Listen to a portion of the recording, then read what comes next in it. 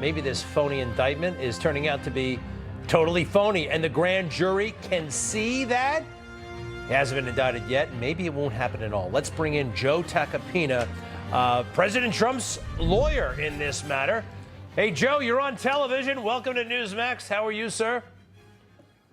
Hey, Greg, how are you? Terrific. Hey, is this possible? Is this over? I mean, what can you tell us? He said, the president said it would have happened already. Is this thing over? Greg, I would like to believe that. It should be. It should have never started, let alone be over. I swear from the bottom of my heart, there's no crime here. In my 32 years in this profession, both as a prosecutor and defense lawyer, I've never seen such an abuse of prosecutorial discretion in my career. Is it over? We've all heard that there's chaos going on in that office, as well there should be. I mean, when you bring a charge that's based on targeting an individual because you don't like him or his politics, when you look for a crime to fit a person, it's everything that we do not stand for in this country, both sides of the pendulum. So, the Manhattan District Attorney's Office used to be the pinnacle, and it's really sad to see what's happening. It's a mess. Now, what I heard, and a lot of people have heard, Robert Costello goes in there, and everything changes. Everything flips. He talks directly to the grand jury and tells them he has a big stack of emails, 300 between him and Michael Cohen, and it blows the whole case wide open. Have you heard that? I know you saw Mr. Costello. Have you heard what kind of impact he had inside that grand jury room?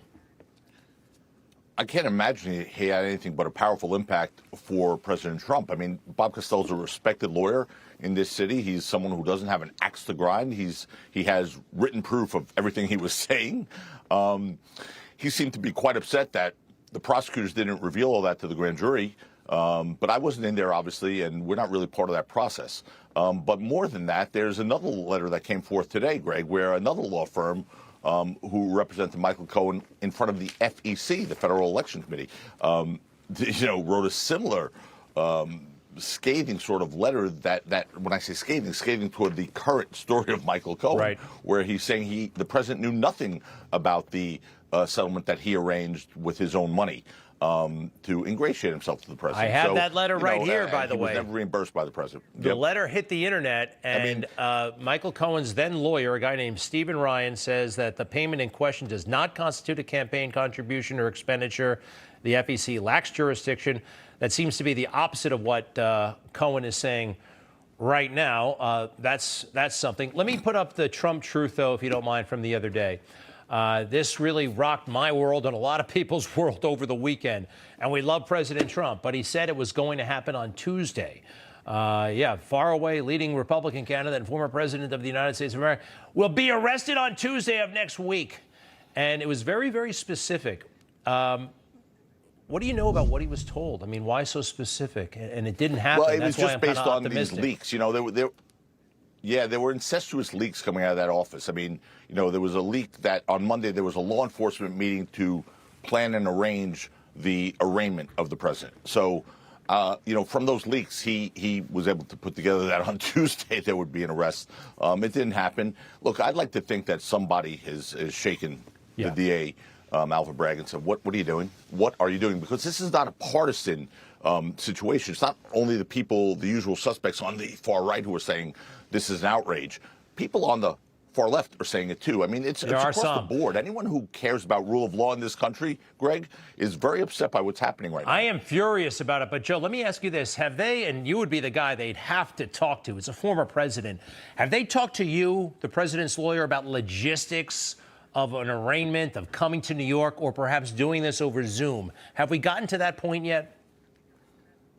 No, we haven't. Susan Nicholas, my co-counsel in this matter, is been the point person in touch with the district attorney's office, and that's been a tabled discussion. Look, there needs to be a grand jury vote first, and there's a saying you can indict a ham sandwich. The grand jury is just a mechanism to bring a felony charge in state court in New York State. Yeah, but this sandwich is rotten. This sandwich is rotten, and I think they're smelling that. Do me a favor, Joe. I want to play this moment, and I think I know what's going on here, all right? This is President Trump as president, 2018, on Air Force One, talking about this matter. Go ahead.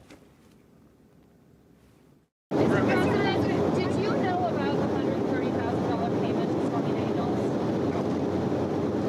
Then why did Michael Cohen make it if there was no truth or allegation? You have to ask Michael Cohen. Michael's my attorney, and you'll have to ask Michael. Do you know where he got the money to make that payment? No, I don't know. Now, I think, sometimes they like to ambush people with this stuff, but here's my read on this. It's one of those cases where you tell the truth carefully enough, you're not lying. And he did not know about the money that Michael Cohen used, the money that he actually used to send to Miss Clifford's representatives. He was actually, letter of the law, totally accurate. According to Michael Cohen and his lawyer, in their representation to the FEC, unless that was another complete misrepresentation and lied to a federal official, which is another felony. According to Michael Cohen, in the letter that was unearthed today, that's 100% correct, Greg, that Michael Cohen orchestrated and engineered this. And after he did it, he subsequently put together a rather large legal services invoice that included a whole host of things not specified and billed the president personally, by the way, over the course of a year. Yeah. And understand that's what's key here, personally. This is not, what's not invoked here is campaign finance laws. No matter what happened here, no matter what, everything they're saying could even be truthful, it still does not invoke campaign finance laws. And that's what's crucial here. Bradley, I mean, that's what's mind-boggling. I don't know how they think they're going to overcome that and prove this case. It's ludicrous. And as we go to break, we got to wrap up. I want to show everybody Mark Pomerantz. He's a lawyer who came up with the theory of all this stuff. He wrote a book, a noxious book. And are you planning to sue this character? What's the latest? I know you sent him some pretty aggressive letters, which he deserved. Yeah. I only got 10 seconds. What's the deal here? Yes, we do. We've also notified some authorities regarding his conduct. He committed a crime, in our opinion. He revealed grand jury information to a third party. Joe Tacopina, good luck. Our very best, my very best to your client, the President of the United States, President Trump, former president, 45, maybe 47, fingers crossed. Thank you, sir, and we'll be right back.